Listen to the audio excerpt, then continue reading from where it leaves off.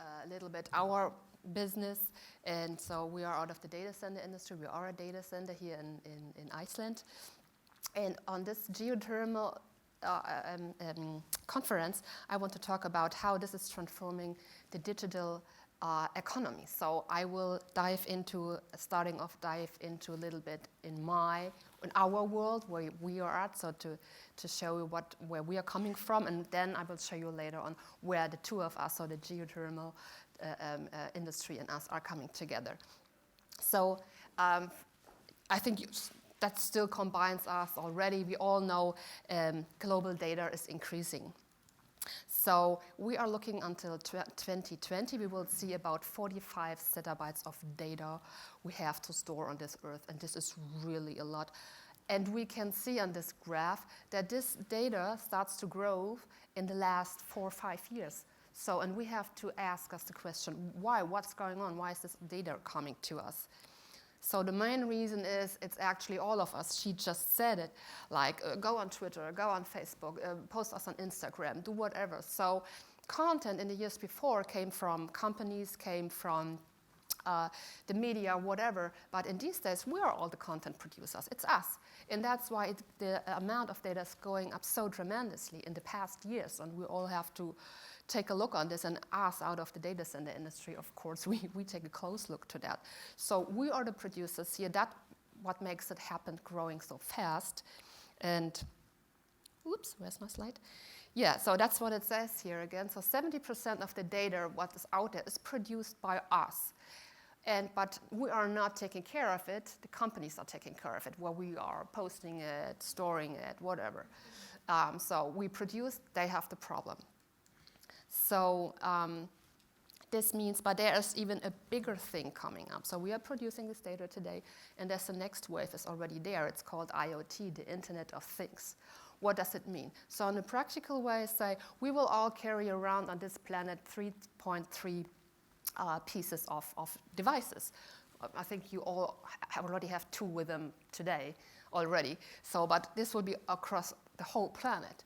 So what does it mean? So we are not only producing content, all our nice gadgets in the future we will have, which are coming into the market right now, and I am sure some of you have them already too, will produce data about us, for us, from us. So your watch, your smartwatch will tell you, okay, you have to go running now because he did analyze and see and tell at the back end you didn't run for this week.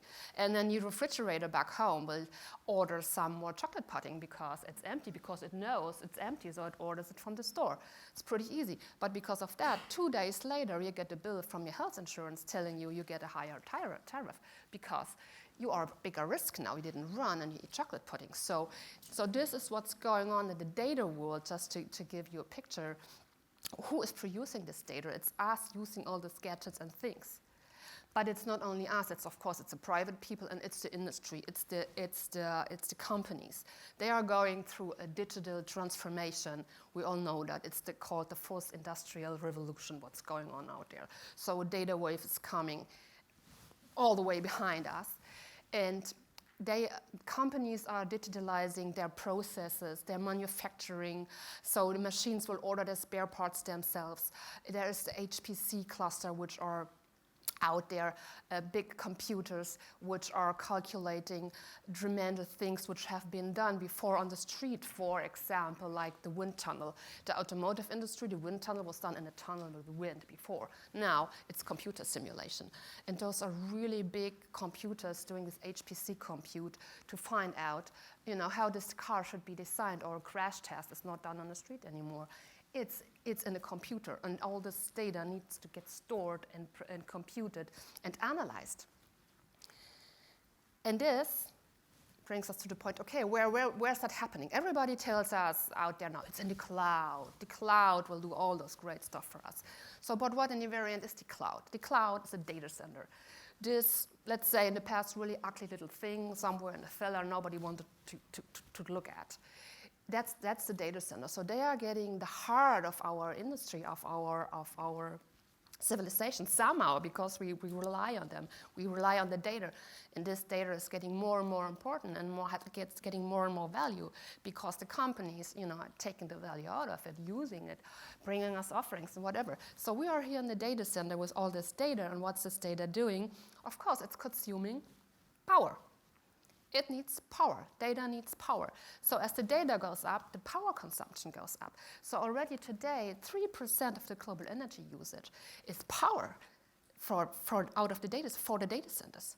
And with the IoT, the funny Internet of Things I just explained, we'll need 750% more power storage capacity in the next coming years. So this is tremendous. So all those IT people who will watch this have to watch the business and have to transform their IT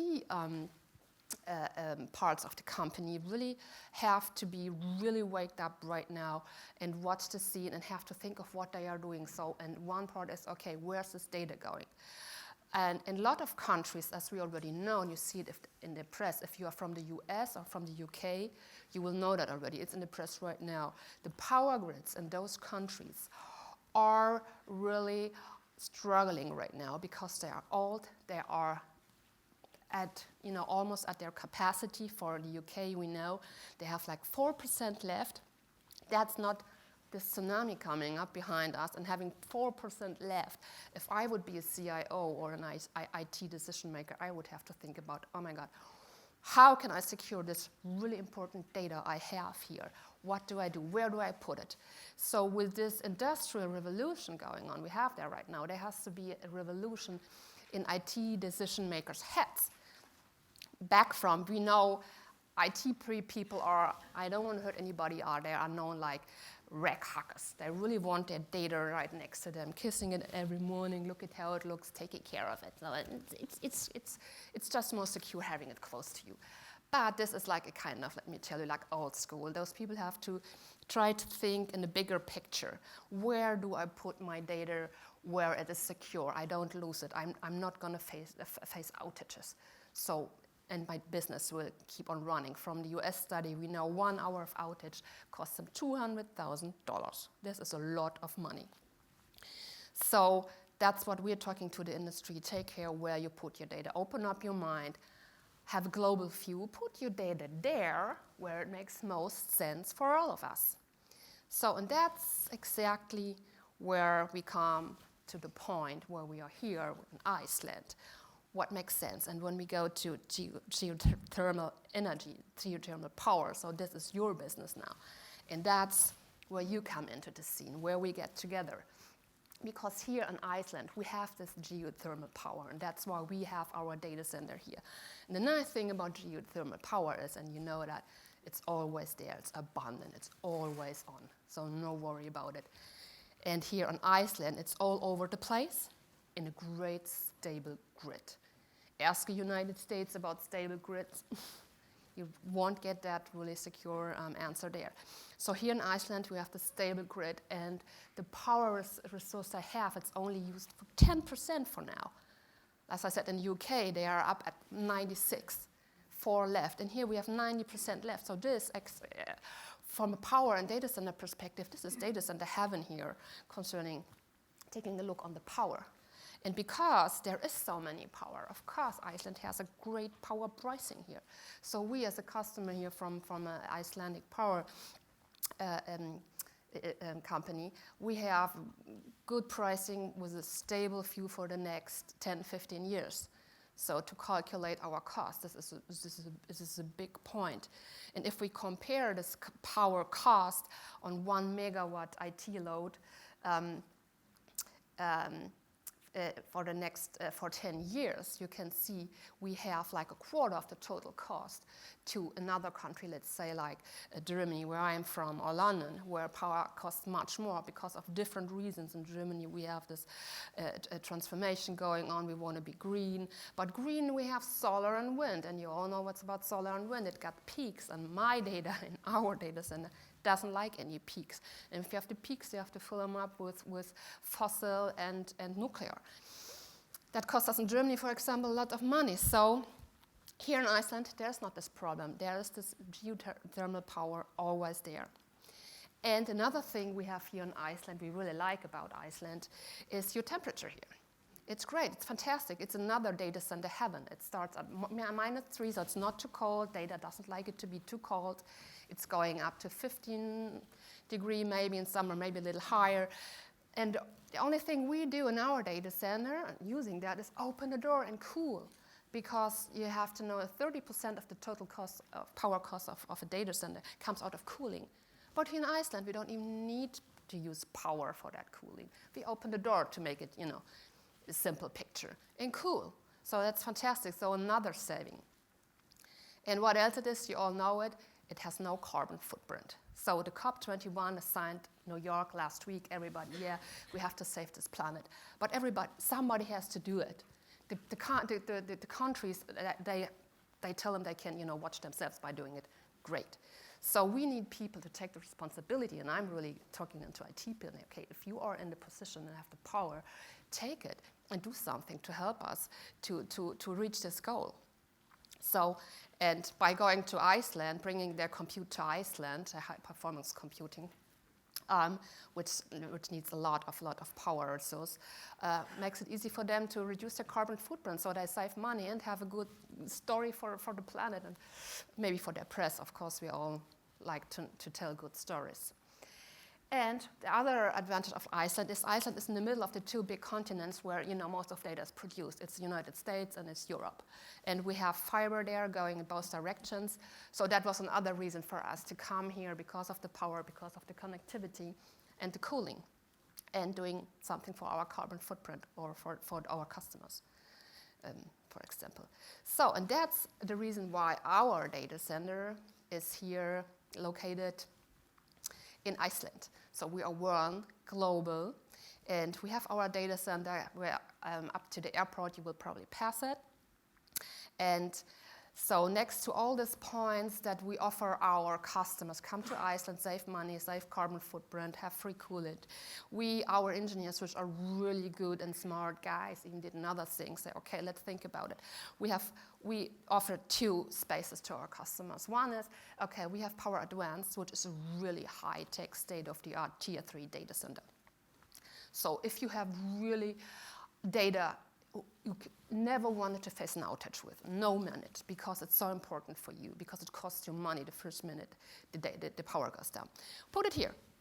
But if you have some data, which is maybe, let's say, not so mission critical, so if maybe there would be in 1 or 2 hour, whatever reason, when we did here, the Icelandic grid is stable, but whatever, it happens, it won't hurt you. So we have another place for you, it's called Power Direct. So put your data there, and our customers who put some data there can save up to 80% again of their power bill. So with all this data coming and all this data cost coming up, we are pretty delivering a great solution for customers to bring their data to Iceland, and even offer solutions where they can even save money again. So, and of course, a couple of customers that do that already. So I will come to some client examples. So we have BMW in our data center with their E-Series. I think most of you will know the E-Series. So BMW had the idea to have this E-Series from the sign on the computer, what I might mainly do, until bringing it to the street, have it green. So they did bring their HPC compute to Iceland, and so the whole car's green. And that's what they did bring to the press. We are the good guys, green car. And they had up to 82% savings on their HPC compute. This is tons of carbon and million liters of fuel. So good story for them. Another client we have is RVX. This is an Icelandic client. So they're doing film rendering and special effects. This is the two guns. They did Harry Potter, and they do Everest. Or probably you watch this when you go back home on your flight. And they were one of the first customers who took the advantage of our, okay, if there's a movie, has a deadline, and it's mission critical, you go to Tier 3 part we have, you make sure nothing happens, and they did. But I have other parts which are not so mission critical, and I put it there. So this is an example for a customer who optimizes their data on the campus, not only geographically, also on the campus. So And here I am coming to the end of my presentation, and I hope I could give you an overview how the digital economy goes together with all what you are doing here on this conference. Thank you very much.